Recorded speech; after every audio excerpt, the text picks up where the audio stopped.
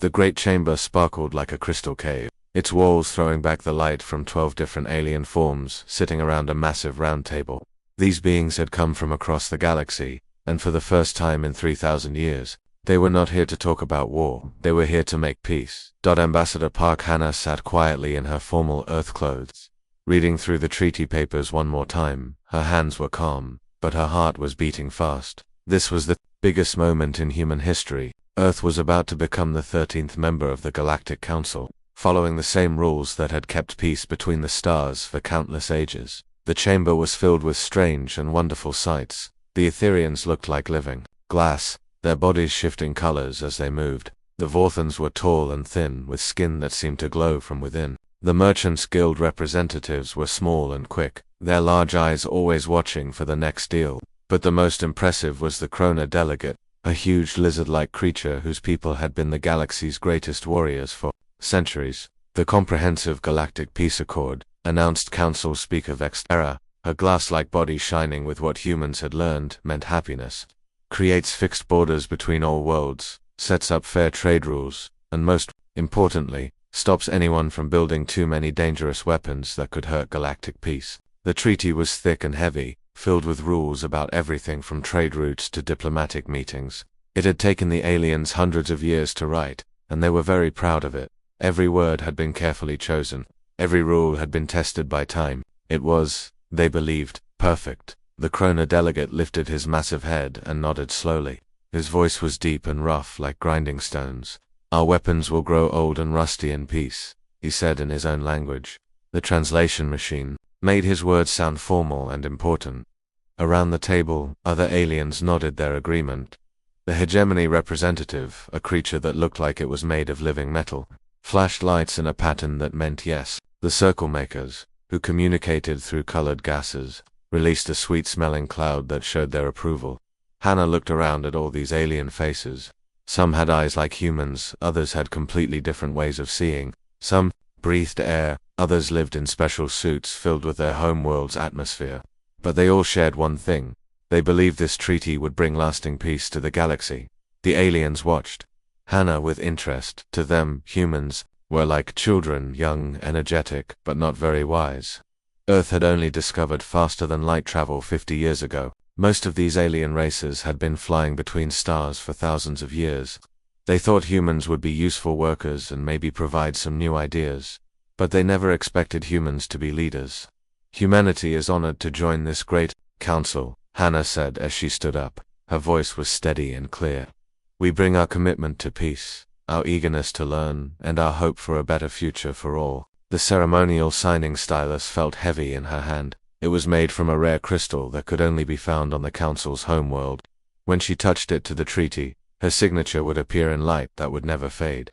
This was how the most important agreements in galactic history were signed. As Hannah signed her name, holographic displays all around the chamber burst into celebration. Colorful lights filled the air, alien music played, and the various species showed their joy in dozens of different ways. The Etherians sang in voices like crystal bells. The Vorthans created beautiful light patterns with their glowing skin. Even the serious Krona delegate allowed himself a small smile. "Welcome to the galactic community," said Council Speaker Vexera, her form glowing brighter than ever. "May this day mark the beginning of true peace among all worlds." The other council members applauded in their own ways. Some clapped like humans, others made musical sounds, and some released pleasant smells into the air. They all felt the same thing, pride in what they had accomplished. They had created a system that would keep peace forever. But as Hannah looked around the celebrating aliens, she noticed something they did not. The treaty they were so proud of was written like a stone tablet meant to never change. But humans understood that laws were living things. They grew and changed as people learned new things and faced new challenges. The aliens had spent centuries creating what they thought was a perfect, unchanging system. What they did not realize was that they had just given this system to a species that specialized in change, growth, and finding new ways to solve old problems. As the celebration continued around her, Hannah smiled quietly. The aliens thought they had gained a junior partner who would follow their ancient rules, but humans had just gained access to a system they could reshape, improve, and evolve. The treaty was signed, the peace was official, and humanity's real work was about to begin. 6. Months had passed since the great signing ceremony, and Council Speaker Vexera was having the worst week of her very long life. Her communication system, which had run smoothly for decades, was now buzzing constantly with angry messages, confused questions, and desperate calls for help. Speaker Vexera, her aide said as he rushed into her office, his 6 arms juggling multiple data tablets. "We have another problem." Vexera's glass-like body flickered from blue to red, showing her growing frustration. "What now?" The aide, whose people had been handling galactic paperwork for thousands of years, looked more confused than she had ever seen him. "The humans have built mining stations in 17 different areas of space.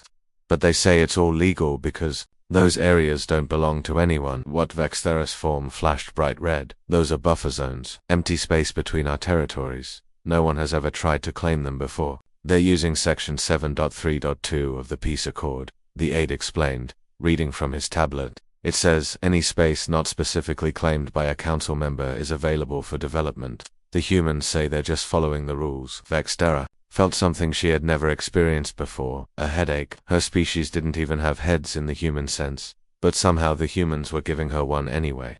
"There's more," the aide continued nervously. "Human diplomats have sent us 47 requests to change parts of the peace accord, 12 emergency motions for immediate votes, and 63 requests to review our legal procedures. Our legal department is completely overwhelmed. Half of them are hiding under their desks." Meanwhile, on Earth, Director Kim Woo sat in a meeting room high above the Sol space. Through the large windows, he could see dozens of human ships preparing to leave Earth. These weren't warships or exploration vessels, they were colony ships, trade ships, and mobile research stations, all perfectly legal under the new treaty. Around the table sat the smartest humans in law, business, and military planning. They were reviewing their progress like generals planning a campaign, except their weapons were lawyers, accountants, and constitutional experts. Dr. Lee Airy, a small woman, with sharp eyes and an even sharper mind, was explaining their strategy. "The aliens wrote their treaty like it was carved in stone," she said, pointing to a holographic display of the peace accord. "They think laws can never change. But we know that laws are living things that grow and adapt." General Song Tae, serious man with gray hair, leaned forward. "What about the military rules? They said we can't build weapons." Dr. Lee smiled like a cat who had caught a very large mouse. "They said we can't build offensive weapons, but defensive installations are allowed, and the definition of defensive is very flexible. We've built monitoring stations to watch for threats, early warning systems to protect trade routes, and rapid response bases to help with emergencies, all completely legal." Minister Cho Hwan from the Trade Department was almost laughing with joy. "The business side is going even better. We're sharing technologies they've never seen before, quantum computers, advanced medical treatments, new ways to refine energy. Some alien species are already so dependent on our technology that they can't function without us." Director Kim nodded slowly. This was going better than they had hoped. "What about politics?" "That's the beautiful part," Dr. Lee said, her eyes sparkling. "They've never dealt with a species that sees law as something that can change and grow. We're not breaking their peace treaty, we're helping it evolve into something better." The room became very quiet as everyone understood what she meant. Humanity wasn't conquering the galaxy with guns or ships. They were transforming it with something much more powerful: ideas. Ideas about how laws should work, how governments should operate, and how different species could work together for thousands of years. The aliens had kept peace by making everyone follow the same unchanging rules, but humans had a different approach. They believed in making rules that could grow and improve as circumstances changed. "How long before we see real results?" Director Kim asked quietly. Dr. Lee looked at her computer projections. "At the rate we're going, the first alien government will adopt our constitutional framework in about 18 months. Within 3 years, most of them will be using our systems. In 5 years, the old peace accord will be completely transformed." Back in the council chambers, Vexera was trying to understand how everything had gone so wrong so quickly. The humans hadn't broken any rules, they hadn't attacked anyone, they hadn't even been rude. But somehow, in just 6 months, they had turned the entire galactic order upside down. "Speaker," her aide said softly, "the Krona representative is asking if we can adopt some of the human legal procedures to handle their paperwork more efficiently." Vexera's form flickered from red to a deep purple, the color her people showed when they were completely bewildered. and the Etherian collective wants to know if humans can help them reorganize their trade agreements to be more efficient. Purple became darker purple. Also, 3 more species have requested human advisors to help modernize their governmental systems. Vexadara realized with growing horror that the humans weren't just following the rules, they were teaching everyone else to change them. The council chamber had never seen anything like this before. For the first time in galactic history, an emergency meeting had been called not because of war or invasion, but because of paperwork. 12 different alien species filled the great crystal hall, and they were all shouting at once. The noise was incredible. The Etherian delegate's crystal body was vibrating so fast with anger that it sounded like breaking glass. The Krona representative was roaring like an angry dragon. The Vorthon delegate was flashing lights so rapidly that other species needed to look away. Even the normally calm Merchants Guild was releasing stress chemicals that made the air smell like burning metal. Council speaker Vexthera tried to call for order, but no one was listening. Her own crystalline form was flickering between colors so quickly that she looked like a broken rainbow. "They've turned our laws into weapons," shouted the Etherian delegate, her voice ringing like a cracked bell. "Every single day, the humans send us new legal papers, new ways to interpret our rules, new challenges to everything we've done for thousands of years." The Krona representative, a massive creature covered in battle scars, slammed his enormous fist down so hard that his desk cracked. "My people have fought wars across the galaxy for centuries," he rumbled in his deep voice. "We've faced enemies with claws, with energy weapons, with planet-killing ships. But these humans, they fight battles we don't even know are happening."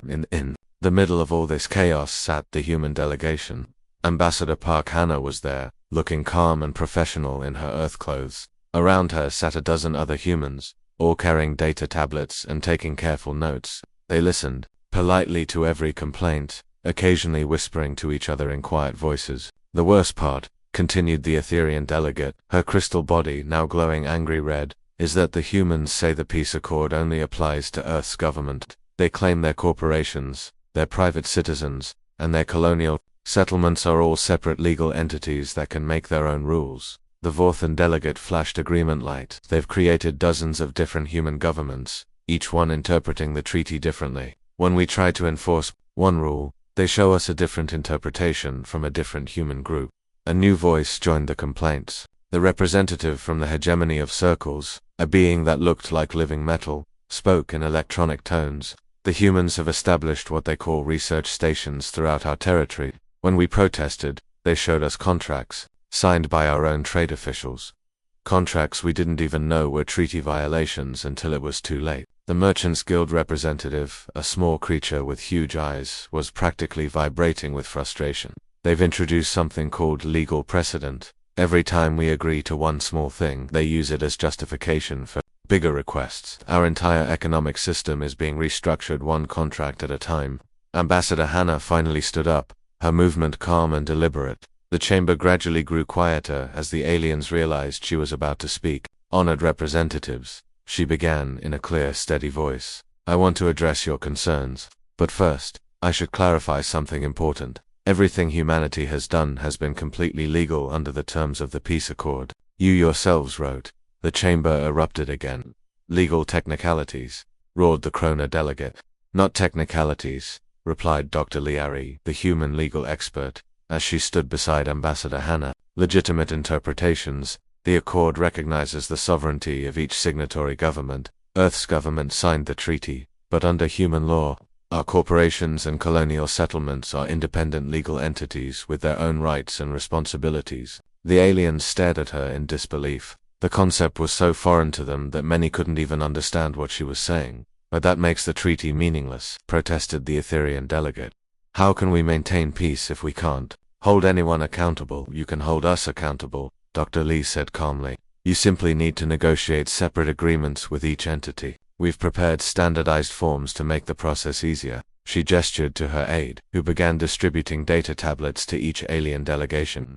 The documents were enormous, hundreds of pages filled with subsections, footnotes, cross-references, and appendices that made the original peace accord look like a simple grocery list. The Krona representative looked at his tablet and his eyes widened. "This is insane. There are more words here than in our entire military code. This is civilization," Ambassador Hannah corrected gently. "For thousands of years, Your species have maintained peace through simple agreements and the threat of force. Humanity offers a different approach, detailed law, evolving governance, and mutual prosperity through organized competition. The Vorthon delegate flashed confused lights. Your defensive installations violate the spirit of the accord, but not the actual words. Dr. Lee responded. We've submitted detailed compliance reports for each installation. They all fall within the parameters established by Article 12, subsection C, as modified by Protocol 7 Alpha, which your own species approved last month. A horrible realization began to dawn on the alien delegates. The humans hadn't broken their law. The humans had become their law. Every complaint, every challenge, every attempt to restrict human activity had been turned into legal precedent that gave humanity more power, not less. Council Speaker Vex Therisform flickered with what her species expressed as complete defeat. What do you want from us? Ambassador Hannah smiled. Nothing you haven't already agreed to give us. General Vexmore stood in the center of the Krona war room, his massive reptilian body shaking with rage. Around him, the greatest military minds of his species sat in stunned silence, staring at reports that made no sense to them. These were warriors who had conquered entire star systems, but now they were being defeated by something they couldn't even fight. They are destroying us with paper, he roared, his clawed fist smashing into the tactical display so hard that cracks spread across its surface. Krona warriors have fought against laser cannons, plasma bombs, and planet-killing weapons, but these humans, they attack us with contracts and legal documents. The other generals nodded grimly. For months they had watched human research stations appear throughout Krona space. When they tried to object, the humans showed them trade agreements signed by Krona officials, agreements that seemed harmless when they were signed, but somehow gave humans the right to build whatever they wanted. It gets worse, reported Colonel Vexkin, a veteran of 100 battles who now looked tired and confused. The humans have started something they call cultural exchange programs. They're teaching our civilians about individual rights and legal representation. Our young warriors are starting to ask questions. General Vexmore's eyes blazed with fury. What kind of questions? They want to know why they can't challenge orders through formal procedures. They're asking why military decisions can't be reviewed by civilian courts. Some are even suggesting that soldiers should have the right to refuse orders they think are illegal. The war room fell silent. In thousands of years of Krona history, no warrior had ever questioned an order. The idea was so foreign that most of the generals couldn't even understand what it meant. Meanwhile, 3 sectors away, the Etherian collective was facing their own crisis. Nathara stood before the Harmony Chamber, her crystal body flickering with colors that showed deep confusion and worry. Around her, other Etherians resonated with discord, a sound that hadn't been heard in their peaceful society for centuries. The humans have taught us about something called precedent, she reported, her voice making sounds like breaking glass. When we agreed to let them conduct medical research in our territory, we thought it was a simple arrangement. But now, other species are using our decision as justification to establish their own research facilities in our space. The other Etherians vibrated with distress. Their society had always worked on harmony and consensus, but the humans had introduced the idea that past decisions could be used to justify new ones, creating a chain of logic that the Etherians found impossible to break. Each agreement we sign becomes the foundation for the next request. Nath continued. The humans showed the Vorthons our medical research agreement and convinced them to establish energy research stations. Then they showed the Merchants Guild both agreements and got permission for trade research facilities. Now half our system is filled with alien research stations, all legally justified by our original decision. In another part of the galaxy, the Merchants Guild was discovering that their centuries of economic dominance meant nothing when humans simply changed how economics worked. Guildmaster Zixvan floated in his environmental suit, reviewing reports that his best accounting computers couldn't understand. They've created something called derivative markets, his chief analyst reported through mechanical translators. They buy and sell contracts for future purchases of goods that don't exist yet, based on predictions about events that might not happen. Zixvan's large eyes bulged with confusion. How can you sell something that doesn't exist?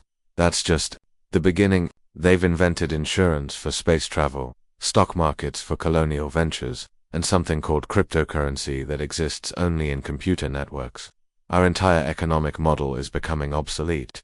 But the most troubling development was happening throughout the galaxy as different alien species began to fracture and change. The Vorthan Confederacy had secretly signed a bilateral trade agreement with humanity, exchanging their advanced navigation technology for human legal expertise. The hegemony of circles had quietly adopted human-style representative democracy after their rigid caste system collapsed when exposed to human ideas about equality. In the Krona military, young officers were forming what they called constitutional study groups, trying to understand human concepts of individual rights and due process. Some were even suggesting that the Krona military should adopt human-style military justice systems. The Etherian collective found their harmonious society, splitting into different groups, each with their own interpretation of how to deal with the human influence. For the first time in their history, Etherians were disagreeing with each other in public. Even the normally unified Merchants Guild was splitting apart as different trade groups adopted different human economic theories. Some embraced free market capitalism, others preferred regulated trade systems, and a few were experimenting with something humans called cooperative economics. The crisis reached its peak when the Council tried to present a united response to human expansion, only to discover that unity no longer existed. 5 Council members had already adopted human-style legal systems. 3 others had established human legal advisors in their governments. The remaining 4 were split between those who wanted to negotiate and those who wanted to fight.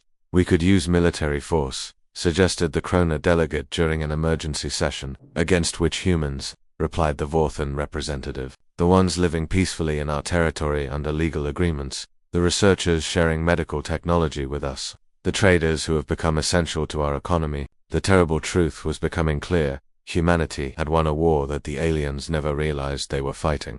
The new meeting place was unlike anything the galaxy had ever seen before. Instead of the old crystal chamber where 12 species had met for thousands of years, humans had built something completely different in empty space between the stars. The diplomatic complex was enormous, with rooms that could change shape to fit different alien needs, translation systems that understood not just words but meanings, and computer systems that remembered every legal agreement ever made. Park Hannah stood at the center of the main hall, but she looked very different from the nervous diplomat who had signed the original peace treaty 2 years ago. Now she wore the formal robes of chief negotiator for the Terran Federation, and her confident smile showed that everything had changed. The hall was packed with representatives, but not just from the original 12 council species. Over 30 different governments were present, some from the old species, but many from new groups that humans had helped create. There were corporate representatives, colonial governments, trade unions, and even some groups that represented individual planets rather than entire species. "The revised Galactic Compact," Hannah announced, pointing to a holographic display that showed the new agreement, "accepts the basic truth that civilization grows and changes. Our laws must grow and change with it." The new document was nothing like the old peace accord, where the original treaty had been rigid and unchanging. This new compact was designed to evolve. It included provisions for amendments, procedures for handling new situations, and systems for resolving disputes that nobody had thought of yet. High above the main hall, Director Kim Woo watched the ceremony from an observation deck. He now held the title of Secretary General of Interstellar Affairs, making him one of the most powerful humans in the galaxy. Next to him stood Dr. Lee Ari, whose legal theories had completely reshaped how galactic law worked, and General Song Tae, whose defensive installations had become the foundation of the new galactic security system. "Did we plan for it to happen this way?" Director Kim asked quietly as they watched the representatives below sign the new compact. Dr. Lee smiled. "We plan to adapt and grow. The specific details. Well, the beauty of systems that can evolve is that they surprise even the people who created them." Below them, the signing ceremony continued with representatives who would have been impossible to imagine under the old system. The Krona delegate was now called Elected Representative Thexmore, after his people had embraced democracy with the same fierce passion they once reserved for warfare.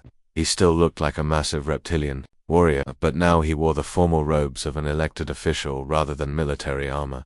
The Etherian collective had also transformed. Their rigid harmony had been replaced by what they called constructive disagreement, a system where different opinions were seen as tools for growth rather than threats to unity. Their representative Nethera had become an expert in what humans called constitutional law. Even the Merchants Guild had evolved. Guildmaster Zixfan now calling himself Economic Coordinator. had learned to navigate the complex world of human financial systems. His people had discovered that competition and innovation produced better results than their old monopoly system. The new compact establishes 3 basic principles, Ambassador Hannah announced to the assembly. First, all intelligent beings have the right to participate in their own government.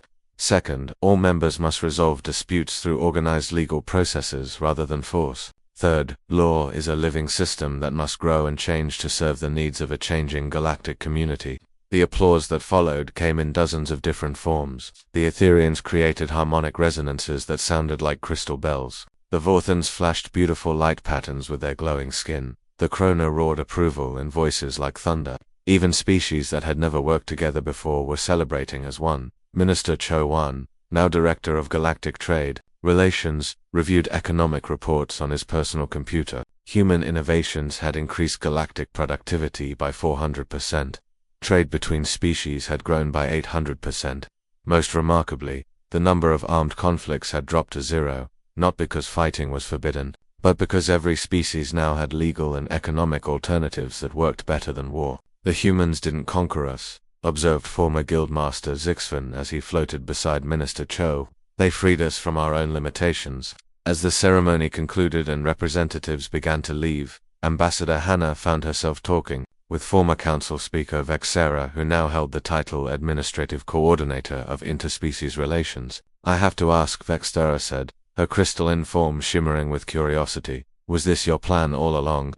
To remake galactic civilization? Hannah thought carefully before answering.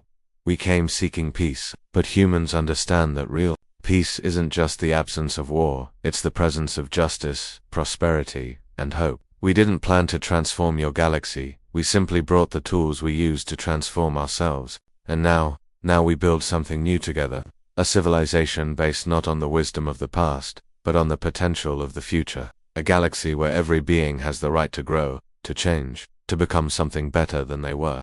As the lights dimmed and the last delegates departed, Director Kim Woo stood alone, looking out at the stars. Somewhere among them, human colonies were establishing themselves according to the new compact.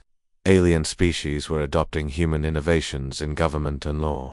Trade routes were opening that would have been impossible under the old system. The peace treaty they had signed 2 years ago had indeed been torn apart, but from its pieces, humanity and their new partners had built something far greater, not just peace, but progress, not just order, but opportunity. The galaxy was no longer what it had been, it was what it could become.